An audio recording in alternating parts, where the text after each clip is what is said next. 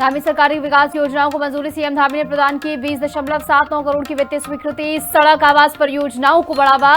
कई जिलों में होंगे विकास कार्य। 3 दिवसीय उत्तराखंड दौरे पर रहेंगे बीजेपी के राष्ट्रीय अध्यक्ष नितिन नवीन। कार्यकर्ताओं और युवाओं से करेंगे संवाद। 2027 के चुनाव पर रहेगा फोकस। प्रदेश अध्यक्ष महेंद्र भट्ट ने दी जानकारी। उत्तराखंड में हीट वेव का अलर्ट। अगले 2 दिन पड़ेगी भीषण गर्मी। कई जिलों में लू चलने की आशंका। लोगों से सतर्क रहने की अपील की गई। टिहरी में जंगलों की आग बेकाबू। 38 हेक्टेयर जंगल जलकर राख। वन विभाग और टास्क फोर्स अलर्ट में।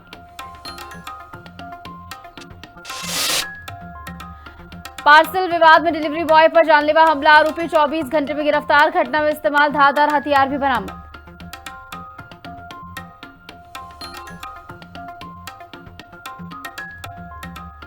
नमस्कार, मैं हूं आपके साथ निशु शर्मा और आप देख रहे हैं हिंदी खबर बुलेटिन की शुरुआत करेंगे बड़ी खबर के साथ। उत्तराखंड में हीट वेव का अलर्ट जारी हुआ है। अगले 2 दिन भीषण गर्मी पड़ने वाली है। कई जिलों में लू चलने की आशंका भी मौसम विभाग की ओर से जताई गई है। हरिद्वार, उधम सिंह नगर, देहरादून में अलर्ट जारी किया गया है। साथ ही पौड़ी, नैनीताल, चंपावत में भी हीट वेव का अलर्ट दिया गया है। राज्य आपातकालीन परिचालन केंद्र ने ये पत्र जारी किया है। सभी जनपदों को सतर्क रहने के निर्देश दिए गए हैं। लोगों से सतर्क रहने की अपील भी की गई है। उत्तराखंड में अगले 2 दिन तेज गर्मी लोगों की मुश्किलें बढ़ा सकती है। मौसम विभाग ने राज्य के मैदानी जिलों में हीट वेव जैसी स्थिति का अलर्ट जारी किया है। बता दें कि हरिद्वार, उधम सिंह नगर, देहरादून, पौड़ी, नैनीताल और चंपावत के कुछ इलाकों में लू चलने की संभावना जताई गई है। इसे देखते हुए राज्य आपातकालीन परिचालन केंद्र ने सभी जिलों को अलर्ट रहने के निर्देश दिए हैं। अस्पतालों में दवाइयों और ओआरएस की व्यवस्था बढ़ाने के साथ सार्वजनिक स्थानों पर पेयजल और शीतल जल की व्यवस्था करने को कहा गया है। लोगों से दोपहर में घर से बाहर न निकलने की और ज्यादा पानी पीकर खुद को हाइड्रेटेड रखने की अपील भी यहां पर की जा रही है। तो ऐसे में ये मौसम ऐसा है जिसमें सतर्क रहना बहुत जरूरी है। इस बीच हमारे साथ हमारे सहयोगी दीपिका जुड़ गई ज्यादा जानकारी के साथ। दीपिका, अगले 2 दिन भीषण गर्मी पड़ने वाली है और जैसे कि हम देख भी रहे हैं तेज धूप इस समय पड़ रही है। किस तरीके से लोगों को एडवाइजरीज दी जा रही है अगले 2 दिन को लेकर, क्या कुछ अलर्ट?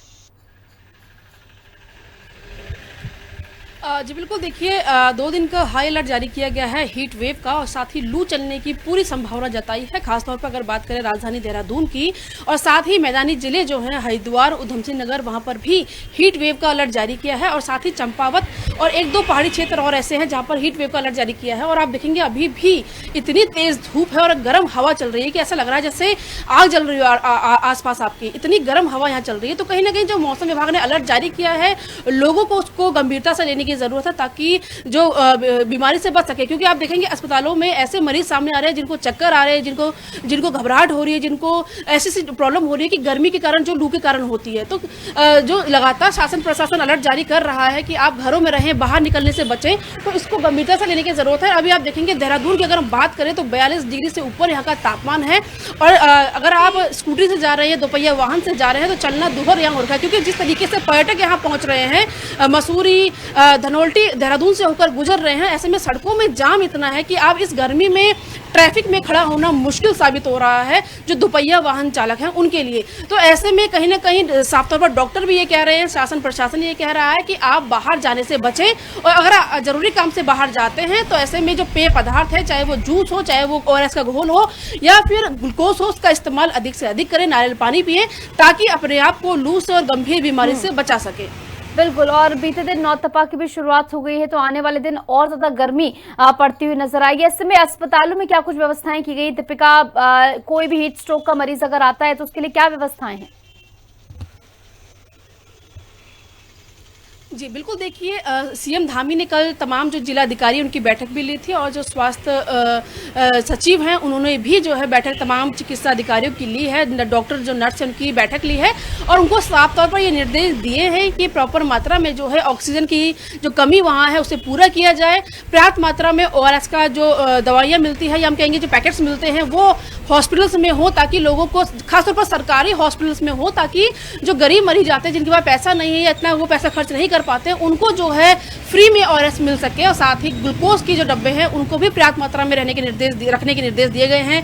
पर्याप्त बेडों की व्यवस्था करने के निर्देश दिए गए हैं, क्योंकि अगर मान लो गर्मी से या हीट वेव से या लू से कोई बीमार होता है तो उसे तुरंत जो है एडमिट करके उसे उपचार दिया जा सके। तो तमाम जो गर्मी में जो चीज़ों की आवश्यकता अस्पतालों में होती है उसको पूरे करने के निर्देश जो है मुख्यमंत्री ने दिए हैं, जिलाधिकारी ने दिए हैं, साथ ही स्वास्थ्य सचिव ने दिए हैं और स्वास्थ्य मंत्री ने भी ये सख्त निर्देश दिए हैं। ठीक है दीपिका, बहुत बहुत शुक्रिया। आप जुड़ी तमाम जानकारी आपको साझा की। खबरों में आगे बढ़ेंगे। उत्तराखंड में विकास कार्यों को गति देने के लिए मुख्यमंत्री पुष्कर सिंह धामी ने 20 करोड़ 79 लाख रुपए की वित्तीय और प्रशासनिक स्वीकृति दी है। इस राशि से राज्य के कई जिलों में सड़क निर्माण, आवास निर्माण और जन सुविधाओं से जुड़े काम किए जाएंगे। टिहरी, बागेश्वर, पौड़ी, नैनीताल और देहरादून समेत कई जिलों की परियोजनाओं को मंजूरी मिली है। मुख्यमंत्री ने अधिकारियों को निर्देश दिए हैं कि सभी निर्माण कार्यों को गुणवत्ता और तय समय सीमा में पूरा किया जाए, ताकि लोगों को बेहतर सड़क, आवागमन और बुनियादी सुविधाओं का लाभ मिल सके।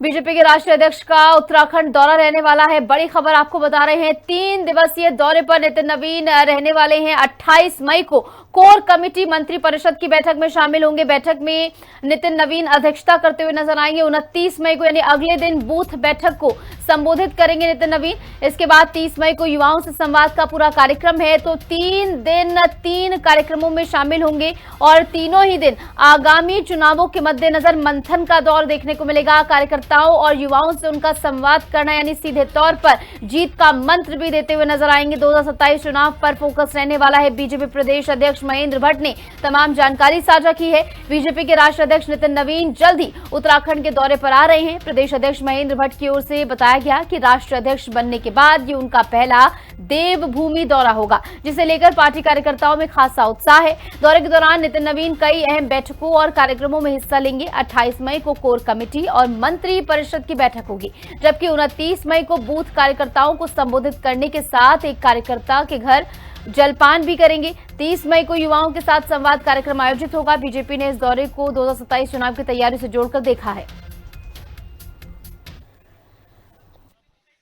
माननीय राष्ट्रीय अध्यक्ष जी का राष्ट्राध्यक्ष निर्वाचित होने के बाद उनका प्रथम देवभूमि आगमन है। भारतीय जनता पार्टी कार्यकर्ता उत्साहित हैं। उनके स्वागत की हम लोग तैयारियां कर रहे हैं।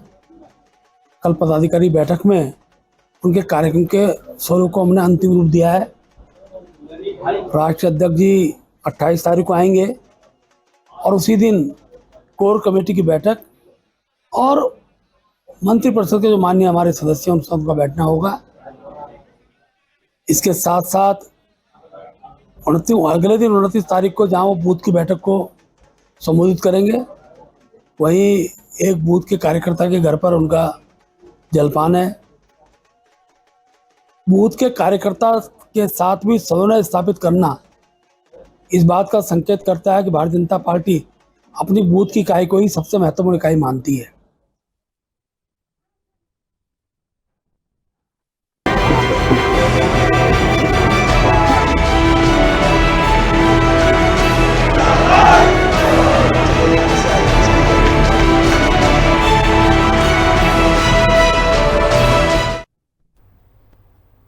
उत्तराखंड के मुख्यमंत्री पुष्कर सिंह धामी ने खटीमा में लगभग 89 लाख करोड़ की विकास योजनाओं की सौगात दी। साथ ही पंचायत और निकाय जनप्रतिनिधियों से संवाद किया। सीएम धामी ने महिला सशक्तिकरण की दिशा में बड़ा कदम उठाते हुए दीदी की लाइब्रेरी का शुभारंभ किया। लाइब्रेरी की सबसे बड़ी खासियत यह है कि इसे सिर्फ महिलाएं संचालित करेंगी। सीएम धामी ने कहा कि सरकार शिक्षा, महिला सशक्तिकरण, स्वास्थ्य, फिटनेस और आधारभूत विकास को मजबूत करने के लिए लगातार कार्य कर रही है। देखिए खास रिपोर्ट। खटीमा को सीएम धामी ने दी बड़ी सौगात। दीदी की लाइब्रेरी से युवाओं को नहीं उड़ा। 89 लाख की विकास योजनाओं का लोकार्पण। महिला सशक्तिकरण पर सरकार का फोकस। उत्तराखंड के मुख्यमंत्री पुष्कर सिंह धामी ने अपने विधानसभा क्षेत्र खटीमा को विकास की बड़ी सौगात दी है। सीएम धामी ने युवा और महिला सशक्तिकरण की दिशा में एक बड़ा कदम उठाते हुए दीदी की लाइब्रेरी और व्यायामशाला का भव्य शुभारंभ किया। विकासखंड सभागार खटीमा में आयोजित जन जन की सरकार मुख्यमंत्री संवाद कार्यक्रम के दौरान मुख्यमंत्री धामी ने पंचायत और निकाय जनप्रतिनिधियों से संवाद भी किया और सरकार की उपलब्धियां गिनाई। सीएम धामी ने लगभग 89 लाख रुपए की लागत की नई विकास परियोजनाओं का लोकार्पण किया। सीएम धामी ने बताया कि उनकी सरकार शिक्षा, स्वास्थ्य, खेल और आधारभूत इंफ्रास्ट्रक्चर को मजबूत बनाकर युवाओं के उज्जवल भविष्य के लिए लगातार कार्य कर रही है। मुख्यमंत्री पुष्कर सिंह धामी ने आज अपने गृह जनपद खटीमा में 55 लाख रुपए की लागत से बनी दीदी की लाइब्रेरी का लोकार्पण किया। इसी के साथ अन्य विभिन्न योजनाओं का लोकार्पण भी किया। मुख्यमंत्री ने इस दौरान कहा कि शिक्षा जो है वो राज्य की विकास का मजबूत आधार होता है और इस लाइब्रेरी से न सिर्फ युवाओं को, अभ्यर्थियों को, बच्चों को बल्कि आमजन को भी लाभ मिलेगा। दीदी की लाइब्रेरी का किया शुभारंभ। 55 लाख की लागत से बनी है लाइब्रेरी। मुख्यमंत्री पुष्कर सिंह धामी ने 55 लाख रुपए की लागत से निर्मित आधुनिक दीदी की लाइब्रेरी का उद्घाटन किया। सीएम धामी ने विश्वास जताया कि ये लाइब्रेरी विद्यार्थियों और प्रतियोगी परीक्षाओं की तैयारी कर रहे युवाओं के लिए ज्ञान का महत्वपूर्ण केंद्र बनेगी। सीएम धामी ने ऐलान किया कि वो उपहार में मिलने वाली अपनी पुस्तकों को खटीमा की लाइब्रेरी को भेंट करेंगे। तो आज जो हमने यहाँ पर 55 लाख रुपए से अधिक की हाईटेक लाइब्रेरी का शुभारंभ भी किया है। अच्छा लगा, कुछ विद्यार्थी लोग वहाँ बैठे हुए थे, उन सभी से बात करने का भी थोड़ी देर के लिए समय हुआ, थोड़ा बात भी करी। उन सबको भी बड़ा अच्छा अनुभव हो रहा था और एक साथ 55 विद्यार्थी उसमें बैठकर जो है अध्ययन कर पाएंगे, ऐसी व्यवस्था उसमें बनाई गई है। और मैंने बहुत पहले से एक काम शुरू किया कि लोग जो है बड़े बड़े गुलदस्ते लेके आते थे। मैंने कहा कि बुके नहीं, अगर आप कुछ मुझे उपहार देना चाहते हैं तो आप बुके नहीं, मुझे बुक दीजिए। तो बहुत सारी बुकें मेरे पास भी हो गई हैं और जो आगे भी मिलेंगी अभी, वो सारी की सारी मैं अपनी खटीमा की लाइब्रेरी को ही दूंगा। सीएम धामी ने बताया कि दीदी की लाइब्रेरी महिला सशक्तिकरण का साक्षात उदाहरण है, क्योंकि इसका संचालन स्वयं सहायता समूह की महिलाएं करेंगी। इससे महिलाओं की आय बढ़ेगी और आत्मनिर्भर बनने का अवसर मिलेगा। इस दौरान मुख्यमंत्री धामी ने 7,50,000 रुपए की लागत से नवीनीकृत और आधुनिकृत व्यायामशाला भवन का भी लोकार्पण किया। इसके साथ साथ यहाँ विद्यार्थियों के लिए व्यायामशाला भी बनाई गई है। मुझे ये जानकर अत्यंत प्रसन्नता है कि ये लाइब्रेरी का संचालन हमारी स्वयं सहायता समूह की बहनें करेंगी। ये भी हमारा महिला सशक्तिकरण की दिशा में बड़ा प्रयास है। मुझे पूरा विश्वास है कि दीदी की लाइब्रेरी, इसको दीदी की लाइब्रेरी कह सकते हैं ना,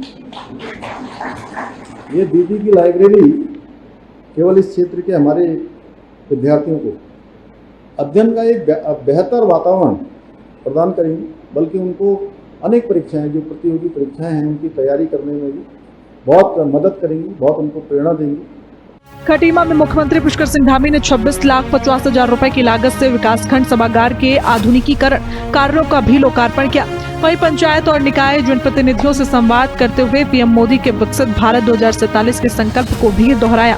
सीएम धामी ने कहा कि अगर गांव विकसित होंगे तो राज्य और राष्ट्र स्वतः ही विकसित हो जाएंगे। भाइयों बहनों, सच में जब हम विकास की बात करते हैं, विकसित भारत का संकल्प प्रधानमंत्री जी का आगे बढ़ाते हैं, तो एक बात मेरे हमेशा ध्यान में आती है, तो विकसित भारत कब बनेगा? विकसित भारत तब बनेगा जब हर राज्य विकसित बनेगा, और हर राज्य तब विकसित बनेगा, उसका हर शहर विकसित होगा, हर ब्लॉक विकसित होगा, हर ग्राम सभा विकसित होगी, तभी जाकर विकसित भारत का हमारा संकल्प सिद्धि तक पहुंचेगा, यानी कि विकसित भारत बनेगा। और हमारे गांव विकसित होंगे तो अपने आप ही राज्य भी विकसित होगा और राष्ट्र भी विकसित होगा। कुल मिलाकर खटीमा में मुख्यमंत्री पुष्कर सिंह धामी ने शिक्षा, महिला सशक्तिकरण, फिटनेस और आधारभूत विकास को नई गति देने वाली परियोजनाओं का लोकार्पण कर युवाओं और आमजन को बड़ी सौगात दी। दीदी की लाइब्रेरी से जहां विद्यार्थियों को बेहतर अध्ययन माहौल मिलेगा, वहीं आधुनिक व्यायामशाला और सभागार क्षेत्र के विकास को नई दिशा देंगे। दीदी की लाइब्रेरी के लोकार्पण के दौरान मुख्यमंत्री ने कहा कि सीमांत क्षेत्रों में कई ऐसे बच्चे हैं जो अच्छी शिक्षा के साथ ही अध्ययन से वंचित रह जाते हैं और ऐसे में जो ये लाइब्रेरी है वो उनके लिए मील का पत्थर साबित होगा। मुख्यमंत्री ने कहा कि हम चाहते हैं कि हमारे राज्य के बच्चों को अच्छी शिक्षा मिले, उन्हें हर ज्ञान मिले और इसीलिए इस लाइब्रेरी का लोकार्पण जो है वो किया गया है ताकि खटीमा में तमाम जो बच्चे हैं वो इस लाइब्रेरी का लाभ उठा सके। कैमरा पर्सन इलाज अहमद के साथ दीपिका भंडारी, हिंदी खबर, देहरादून। बढ़ेंगे आगे। ऋषिकेश के शिवाजी नगर इलाके में जलभराव की समस्या से लोगों को जल्द राहत मिलने वाली है क्योंकि नगर निगम ऋषिकेश ने वार्ड नंबर 26 में नाले के अंदर ह्यूम पाइप लाइन बिछाने के कार्य का शुभारंभ कर दिया है। करीब 35 लाख रुपए की लागत से होने वाले इस काम में गली नंबर 2 से एम्स बाउंड्री तक जल निकासी व्यवस्था मजबूत होगी। कार्यक्रम में महापौर शंभू पासवान, नगर आयुक्त गोपाल राम बिनवार और स्थानीय पार्षद मौजूद रहे। महापौर ने कहा कि निर्माण कार्य तय समय सीमा और गुणवत्ता के साथ पूरा किया जाएगा ताकि मानसून से लोगों को जलभराव की परेशानी से राहत मिल सके। गढ़वाल मंडल में बड़ा प्रशासनिक बदलाव हुआ है। वरिष्ठ आईएएस अधिकारी आनंद स्वरूप ने नए गढ़वाल मंडल आयुक्त के रूप में कार्यभार संभाल लिया है। उन्होंने विनय शंकर पांडे की जगह ली है। पदभार ग्रहण करते ही आनंद स्वरूप ने चारधाम यात्रा को अपनी पहली प्राथमिकता बताया। उन्होंने कहा कि इस बार यात्रा में रिकॉर्ड संख्या में श्रद्धालु पहुंच रहे हैं, इसलिए सभी यात्रियों को रजिस्ट्रेशन के बाद ही यात्रा पर आने की सलाह दी गई है। आयुक्त ने कहा कि सड़क, स्वास्थ्य, पार्किंग और ट्रैफिक व्यवस्था को बेहतर बनाया जा रहा है ताकि श्रद्धालुओं को किसी भी तरह की परेशानी ना हो।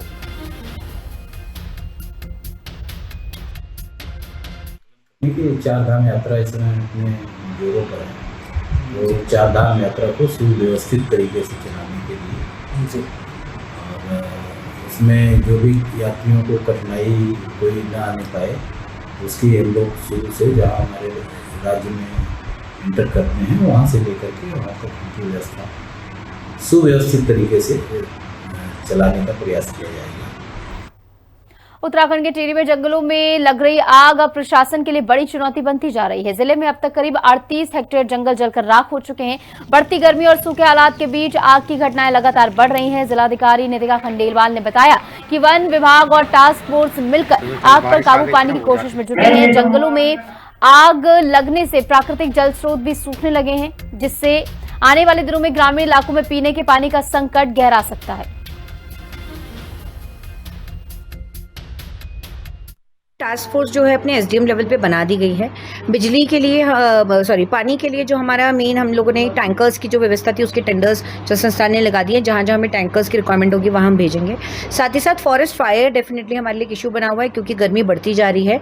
तो ऐसे में पिछले दिनों भी कुछ इंसिडेंट रहे हैं। अब तक लगभग 38 हेक्टेयर जो लैंड है वो हमारी कुछ हमें क्षति हुई है, तो उसका हम लोग विधिवत आकलन भी करा रहे हैं। और फॉरेस्ट फायर के लिए भी यही है कि फॉरेस्ट विभाग को विशेष निर्देश दिए कि इनके क्रूज स्टेशन जहाँ जाए वो एक्टिव रहें। जैसे हमें इन्फॉर्मेशन आए, पिछले दिनों फायर को रोकने के लिए काउंटर फायर भी लगाई गई थी, तो उस पर हम लोग प्रयास कर रहे हैं और एक थोड़ा होप भी कर रहे हैं कि जल्दी अगर थोड़ी सी बरसात भी हो जाएगी तो हम उससे निजात भी पा पाएंगे। देहरादून के प्रेमनगर इलाके में पार्सल डिलीवरी को लेकर विवाद हिंसा में बदल गया। जानकारी के मुताबिक डिलीवरी बॉय पार्सल वापस ले जाने की बात कर रहा था, लेकिन आरोपी ने इससे इनकार कर दिया। इसी बात को लेकर गुस्साए आरोपी ने डिलीवरी बॉय पर धारदार हथियार से हमला कर दिया, जिससे वह गंभीर रूप से घायल हो गया। घटना के बाद दून पुलिस ने ऑपरेशन प्रहार के तहत तेजी से कार्रवाई करते हुए 24 घंटे के अंदर आरोपी सुमित लोधी को गिरफ्तार कर लिया। पुलिस ने आरोपी की निशानदेही पर घटना में इस्तेमाल धारदार हथियार भी बरामद कर लिया है। थाना प्रेमनगर पर श्री नवीन कुमार द्वारा एक तहरीर दी गई, जिसमें इनके द्वारा बताया गया कि ये न्यू स्मिथ नगर में जब सुमित लोधी को कुछ सामान डिलीवर करने गए थे तो सामान गलत है और उसके रिटर्न को लेके इन दोनों में आपस में विवाद हो गया, जिस पर सुमित लोधी ने कमरे में जाकर एक धारदार हथियार लाया और इन पर जानलेवा हमला किया गया। धारा 109 BNS के अंतर्गत अभियोग पंजीकृत कर लिया गया है। मामले की गंभीरता को देखते हुए तुरंत पुलिस टीम गठित की गई, जिसने अलग अलग जगहों पर सुमित लोधी की तलाश शुरू कर दी। सुमित लोधी को मोहनपुर चाय बागान से गिरफ्तार कर लिया गया है और उनकी निशानदेही पर वो धारदार हथियार भी बरामद कर लिया गया है। पूरे मामले के अब आगे जो भी वैधानिक कार्रवाई होगी वो पूरी की जाएगी। देहरादून स्थित भारतीय सैन्य अकेडमी यानी कि आईएमए की पासिंग आउट परेड इस बार ऐतिहासिक होने जा रही है। 13 जून को राष्ट्रपति द्रौपदी मुर्मू परेड की सलामी लेंगी। खास बात यह है कि आईएमए के 94 साल के इतिहास में पहली बार महिला कैडेट पुरुष कैडेटों के साथ कदम ताल करती नजर आएंगी। इसे भारतीय सेना के प्रशिक्षण ढांचे में बड़े बदलाव और महिला सशक्तिकरण की दिशा में एक अहम कदम माना जा रहा है। इस ऐतिहासिक पल को लेकर सैन्य अकेडमी में तैयारियां तेज कर दी गई हैं।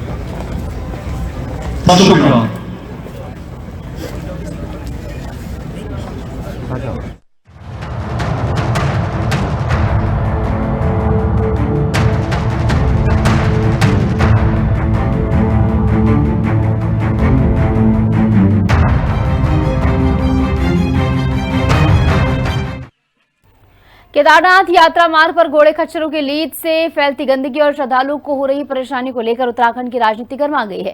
पर्यटन मंत्री सतपाल महाराज के बयान के बाद विपक्षी दल कांग्रेस ने राज्य सरकार पर तीखा हमला बोला। कांग्रेस का आरोप है कि सरकार यात्रा प्रबंधन और मूलभूत सुविधाएं उपलब्ध कराने में पूरी तरह विफल साबित हुई है। सतपाल महाराज ने कहा था कि रोपवे बनने के बाद खच्चरों की लीद की समस्या खत्म हो जाएगी। यात्रियों को पर्यटक नहीं बल्कि श्रद्धालु की तरह पेश आना चाहिए। देखिए खास रिपोर्ट।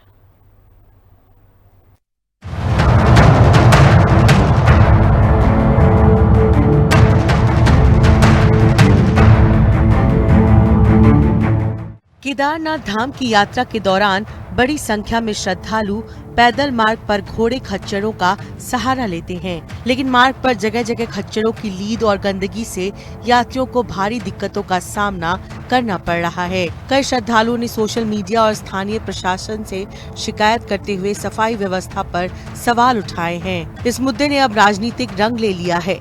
उत्तराखंड के पर्यटन मंत्री सतपाल महाराज ने यात्रियों से धार्मिक यात्रा की गरिमा बनाए रखने की अपील की है। उन्होंने कहा कि लोग केदारनाथ यात्रा को पिकनिक की तरह न लें, बल्कि धार्मिक भावनाओं और आस्था का सम्मान करें। मंत्री ने प्रशासन को निर्देश दिए कि यात्रा मार्ग पर साफ सफाई की बेहतर व्यवस्था सुनिश्चित की जाए और घोड़े खच्चरों के साथ किसी भी प्रकार की क्रूरता न हो। इसके साथ ही ओवर रेटिंग और यात्रियों से अधिक पैसे वसूलने वालों पर भी सख्त कार्रवाई के निर्देश दिए गए हैं। उन्होंने कहा कि रोपवे बनने के बाद खच्चरों की लीद की समस्या खत्म हो जाएगी। लोगों की थोड़ी शिकायत घोड़ों की लीद से थी कि साहब वो पानी जो आता है, तो हमने लोगों से आग्रह किया कि अब यहाँ पर रोपवे बनने वाला है, रोपवे बनने से सारी समस्या हल हो जाएगी। यमुनोत्री में भी रोपवे बन रहा है, केदारनाथ में भी रोपवे बन रहा है। बाकी हमने सबसे कहा भाई ये तपस्या की भूमि है, अगर आप चाहोगे कि मैदानी इलाके की तरह संसाधन और सब यहाँ सुलभ रहे तो ये संभव नहीं है। ये तपस्या की भूमि है, थोड़ा यहाँ कठिनाई होती है और तब करना पड़ता है। इसके साथ साथ हम अब बताया है भी, सेक्रेटरी साहब ने बताया है कि घोड़े की लीद से और उसके अंदर जो है पिरूल मिला करके वो फायर बॉल्स बन रही हैं, उसका चूल्हा भी मंगवाया गया है, तो उससे काफी लाभ मिलेगा और इसका उपयोग हो जाएगा। जो हम काउंटर ये जो घोड़े की डंग को हम फेंकते हैं, तो ये सब बातें रखी गई हैं और इस पर विचार किया जाएगा। कांग्रेस ने मंत्री के इस बयान को सरकार की जिम्मेदारी से बचने की कोशिश बताया। कांग्रेस नेताओं का कहना है कि सरकार श्रद्धालुओं को बुनियादी सुविधाएं देने में नाकाम रही है और अब यात्रियों को ही नसीहत दी जा रही है। विपक्ष ने आरोप लगाया कि यात्रा मार्ग पर सफाई, चिकित्सा सुविधाएं और भीड़ प्रबंधन जैसी व्यवस्थाएं बेहद कमजोर हैं, जिससे श्रद्धालुओं को कठिनाइयों का सामना करना पड़ रहा है। कांग्रेस ने ये भी कहा कि केदारनाथ धाम से जुड़े विवाद लगातार बढ़ते जा रहे हैं। इससे पहले गर्भगृह में सोने की परत चढ़ाने और दिल्ली में केदारनाथ मंदिर निर्माण के मुद्दे पर भी कांग्रेस और तीर्थ पुरोहितों ने बीजेपी सरकार पर परंपराओं से खिलवाड़ करने का आरोप लगाया था। विपक्ष का कहना है कि सरकार धार्मिक आस्था के नाम पर राजनीति कर रही है, जबकि जमीनी स्तर पर व्यवस्था चरमरा रही है। देखिए, कोई सतपाल महाराज जी के लिए कोई नई बात नहीं है। सतपाल महाराज जी लगातार जब से पर्यटन मंत्री बने हैं लफाजी कर रहे हैं। कभी वो कहते हैं कि हम जो है पर्यटन सर्किट बनाएंगे, कभी वो जो है गैरसैंण को कहते हैं हम लासा बनाएंगे। वहाँ तक आज तक वो पहुँच नहीं पाए। और मैं जहाँ तक केदारनाथ की बात मैं करूँ, जिस तरह की अव्यवस्थाएं वहाँ पर हैं, तो तत्काल प्रभाव से सतपाल महाराज को पर्यटन मंत्री से इस्तीफा दे देना चाहिए, क्योंकि मुझे नहीं लगता कि उनके नेतृत्व में चारधाम यात्रा सुचारू रूप से चल पाएगी। जिस तरह की हालत वहाँ पर है, बजाय इसके कहने की कि वहाँ पर वो जाएं, देखें, जांचें, अधिकारियों को भेजें, और वो इस तरह का बयान दे रहे हैं। रोपियो तो बन रहा, रोपे तो अपने हिसाब से बनता रहेगा, लेकिन क्या वो चिंतित है उन 5 लाख परिवारों के लिए जो परिवार सीधे तौर पर चारधाम से जुड़े हुए? इसलिए महाराज जी, आप कृपा करके तत्काल प्रभाव से अपने पद से इस्तीफा दीजिए।